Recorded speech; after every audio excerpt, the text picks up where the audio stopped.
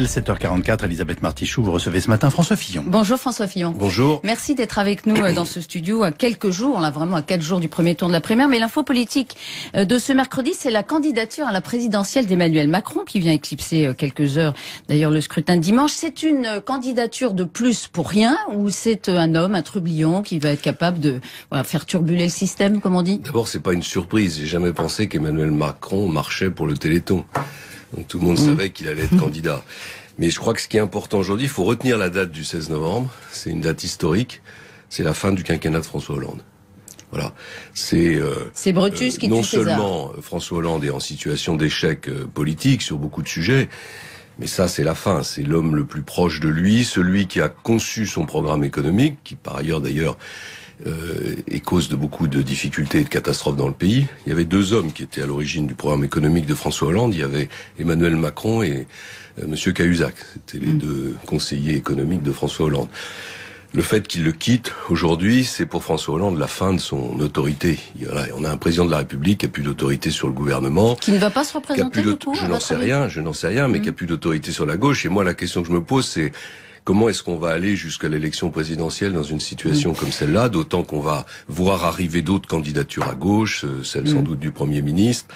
Et ça nous donne, nous, je pense, une responsabilité particulière, celle de conduire nos débats avec dignité et surtout de mettre en place un programme de redressement national. Alors vous parlez de l'effet produit sur la gauche, mais il a quelque chose que vous n'avez pas, vous au sens très large, tous les candidats aujourd'hui à la présidentielle, c'est quand même l'incarnation du renouveau. Il bénéficie de la prime au nouvel entrant.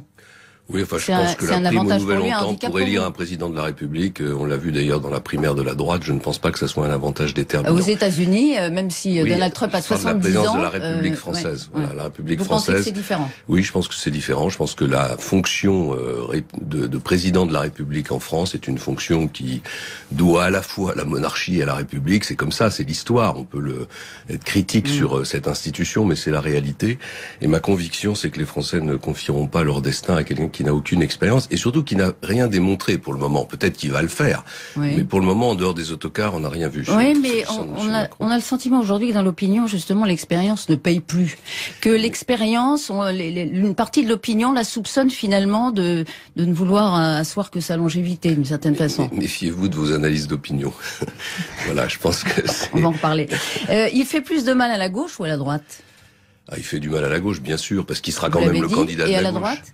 Non, je pense qu'il peut mordre à la marge sur le centre, mais je ne crois pas. Et donc, dans le cadre de la primaire aussi? Est-ce que d'ailleurs sa candidature aujourd'hui n'est pas un hasard par rapport à la primaire? C'est certainement pas un hasard. Il a choisi ça pour avoir le maximum de visibilité. Ce qui montre d'ailleurs qu'il est dans une démarche qui est très médiatique, très organisée.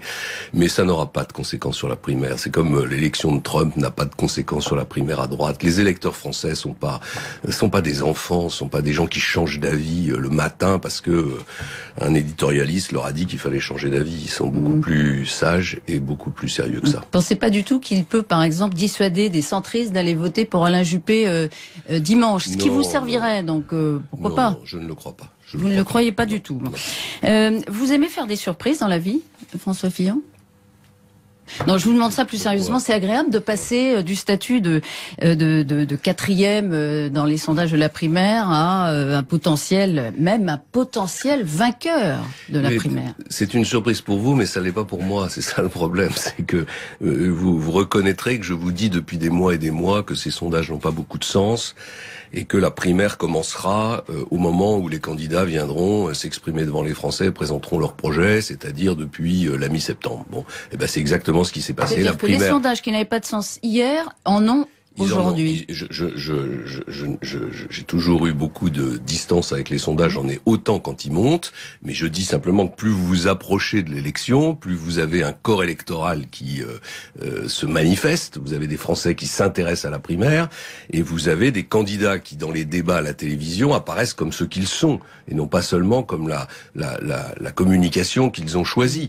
Et donc, c'est vrai que les sondages sont plus justes à 8 jours de la primaire qu'à 6 mois. Et alors, je disais potentiel vainqueur de la primaire, c'est vrai qu'il y a un sondage, alors un sondage Opinion West ce matin, qui vous place à égalité avec Nicolas Sarkozy au premier tour à 25, 8 points derrière Alain Juppé. Mais pour la première fois, sauf erreur, vous êtes testé pour le deuxième tour, et là, vous casseriez la baraque, comme vous l'annonciez de vouloir le faire fin août, c'est-à-dire que vous gagnez à tous les coups. Pour une raison simple, c'est que les Français voient bien qu'ils ont le choix entre un candidat, Nicolas Sarkozy, qui leur propose un retour en arrière et qui a déjà été président de la République. Et j'ai toujours pensé que c'était très difficile dans notre pays, quelles que soient par ailleurs les qualités des personnes, de redevenir président de la République après avoir été battu. Et on a de l'autre côté un candidat qui a choisi une extrême prudence, qui a un programme qui globalement va dans le bon sens, mais qui va pas suffisamment loin pour redresser les choses. Voilà. Alors, il vous critique, Alain Juppé, à votre place, lundi matin, Oui, écoutez ce qu'il disait sur votre annonce de 600 000 fonctionnaires en moins. 600 000 suppressions de fonctionnaires en 5 ans. C'est tout juste pas possible. Il y aura 570 000 départs à la retraite pendant 5 ans. On ne recrute absolument personne dans la fonction publique. Je ne connais aucun organisme qui puisse vivre sans apport de 109 pendant une période aussi longue. On ne peut pas ne pas avoir du 109 dans la fonction publique pendant 5 ans, ça s'entend. Je suis très touché de l'attention que tout d'un coup M. Juppé porte à mon programme. D'abord, je ne propose pas de supprimer 600 000 emplois, mais 500 000. 600 000, c'est un chiffre qui figurait dans un livre que j'ai publié il y a un an. Que beaucoup de gens ont lu, donc il fait référence. 600 000. Il y a un programme qui a été publié depuis, et dans ce livre, si vous l'avez lu, vous auriez vu que j'indiquais que 600 000 suppressions d'emplois, ça correspondait au passage de 35 à 39 heures. C'est l'équivalent du passage de 35 à 39 heures. Aujourd'hui, je propose 500 000. Contrairement à ce que M. Juppé dit, il n'y a pas 550 000 départs à la retraite, il y a 120 000 départs à la retraite par an de fonctionnaires et 100 000 fins de contrat, parce que je parle des emplois publics, naturellement. Donc ça veut dire que en faisant 1 sur 2, on arrive bien aux 500 000 que je propose. Et moi, je suis le seul à pouvoir... C'est pas ce qu'il dit, excusez-moi. C'est pas ce qu'il dit. Il dit, s'il y en a 500 000 qui partent, peut-être c'est possible de façon comptable, mais du coup, on recrute personne. On gèle les recrutements. Madame Martichoux, je dis qu'il y a 120 000 plus 100 000 fins de contrat par an, donc ça fait pratiquement 1 million de départs, donc 500 000, c'est la moitié, c'est 1 sur 2, c'est ce que nous avons fait avec Nicolas Sarkozy dans le mandat précédent. Et j'ajoute que moi je peux le faire parce que je propose le passage à 39 heures. C'est la clé de la réduction du nombre de fonctionnaires, c'est l'augmentation du temps de travail, c'est d'ailleurs la clé du redressement de notre pays d'une manière générale. En tout cas, signe que la menace est prise au sérieux par vos adversaires, ils vous attaquent de plus en plus. Il y a cette attaque d'Alain Juppé, il y a aussi celle de Nicolas Sarkozy, toujours à votre place hier matin, sur votre proposition de hausse de TVA de 2 points. Une forme de purge pour les Français qui sortent d'un quinquennat Hollande pendant lequel ils ont été suffisamment accablés d'impôts, dit Nicolas Sarkozy, pour pas qu'on en rajoute 2 points de TVA en plus. Nicolas Sarkozy connaît trop bien ces sujets pour savoir que il caricature les choses. Je baisse les impôts. Je baisse de 50 milliards les charges qui pèsent sur les entreprises et sur les salariés. Et sur les salariés. Les salariés, c'est aussi des ménages. Je remets les allocations familiales pour tout le monde, j'augmente le plafond du quotient familial et j'augmente de 2 points la TVA. Et cette proposition, elle montre bien que mon programme est le seul qui puisse redresser le système économique. Parce que M. Sarkozy, comme il ne veut pas toucher à la TVA et qui veut baisser les impôts pour tout le monde, en fait, il baisse les charges des entreprises de 17 milliards. Il baisse les charges des entreprises, si on prend le CICE qui existe déjà, de 17 milliards. Contre les 50 milliards que je propose. Ça veut dire quoi? Ça veut dire que la baisse de charge de M. Sarkozy est plus faible que celle que M. Hollande aura pratiquée dans son quinquennat. C'est pas comme ça qu'on va redresser l'économie française. C'est ce que vous lui direz demain au débat. Je disais, vous êtes la cible systématiquement. Vous attendez d'abord à être attaqué, d'être... C'est possible, mais moi ça ne me détournera pas de ma stratégie qui consiste vous à répondrez parler aux Français, coup sur coup. Je sais pas coup sur coup, je parle aux Français, je leur présente mon projet, je démontre que ce projet est cohérent. D'ailleurs, jusqu'à maintenant, la plupart des observateurs, y compris mes concurrents, disaient que ce projet était cohérent. Ils s'en sont d'ailleurs beaucoup servis pour construire le leur. Avez-vous Tout d'un coup, ils s'énervent un peu. C'est signe sans doute que je dois leur faire peur. Jean-François Copé, Jean-Pierre Raffarin s'en prennent aussi au fait que vous avez été Premier ministre, que donc vous avez été solidaire de la première minute à la dernière minute de Nicolas Sarkozy. Jean-François Copé ajoute hausse d'impôts, baisse du nombre de fonctionnaires, ça nous a coûté la victoire de la gauche. Lui aussi, il va pas vous épargner demain. Monsieur Copé a été pendant toute cette période le président du groupe majoritaire à l'Assemblée nationale, sans lequel on ne peut voter aucune réforme. Il est donc totalement comptable, comme moi, des réformes qui ont été conduites.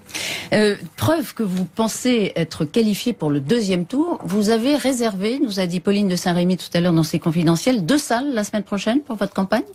Il faut être prêt pour toutes les options. Donc vous y croyez, vous serez vainqueur de cette primaire de la droite. Au second tour. Après, il faudra gagner le second tour, mais je vous ai toujours dit que second tour face à. Je n'en sais rien. C'est les Français qui choisiront. Vous êtes un des rares responsables politiques à ne pas avoir poussé des cris d'orfraie le jour de l'élection de Donald Trump. Vous n'êtes pas le seul, mais vous êtes un des rares. Comment jugez-vous les premiers pas du président élu ? Pour l'instant, honnêtement, c'est un peu confus, donc je peux pas juger grand-chose. Pourquoi j'ai pas poussé de cri d'orfraie ? Parce que je trouve que la politique américaine est assez mauvaise, en tout cas la politique étrangère, avant que M. Trump arrive. C'est pas M. Trump qui a envahi l'Irak, c'est pas M. Trump qui a voulu mettre des missiles antimissiles à la frontière de la Russie alors qu'il n'y en avait pas besoin. C'est pas M. Trump qui fait que la justice américaine se mêle en permanence de la vie des entreprises françaises ou européennes. Donc voilà, je trouve que la politique est mauvaise. Est-ce que M. Trump fera mieux ou moins bien ? Je n'en sais rien. Est-ce qu'il sera le président comme le candidat, comme il a été candidat, ou est-ce que vous êtes plutôt optimiste sur le fait qu'il va un peu se ranger des voitures Je pense que dans le système démocratique américain, qui est un vieux système démocratique très très puissant, M. Trump devra composer avec toute une série de forces et ça devrait en principe le recentrer. Une dernière question, je reviens à votre campagne. Pénélope Fillon, hier, c'est exceptionnel, a fait une réunion publique, c'est extrêmement rare. Pourquoi ? Parce qu'il faut qu'elle se prépare à son rôle de première dame ? Non, elle m'accompagne dans la vie politique depuis 30 ans. Elle est conseillère municipale dans son village, dans le village dans lequel nous habitons dans la Sarthe. Elle fait ça avec une extrême discrétion et beaucoup d'humilité. Et je vous assure que vous ne la verrez pas sur les écrans de télévision et faire campagne. Elle porte un témoignage dans le cadre d'un mouvement qui a été créé d'ailleurs sur les femmes, autour de ma candidature. On la reverra plus la semaine prochaine ? Elle prendra la parole. Je ne dis pas que vous ne la reverrez pas, mais en tout cas, elle a dit que c'est la première fois que François est candidat. On est resté un petit peu perplexe. Candidat à l'élection présidentielle, oui, ça vous a pas échappé. Candidat à l'élection présidentielle. Elle a fait beaucoup de campagne avec moi, mais toujours dans l'ombre. Merci beaucoup François Fillon d'avoir été notre invité ce matin dans le studio d'RTL. La candidature d'Emmanuel Macron marque la fin du quinquennat de François Hollande et les Français ne confieront pas leur avenir à quelqu'un qui n'a pas d'expérience, vient de nous dire.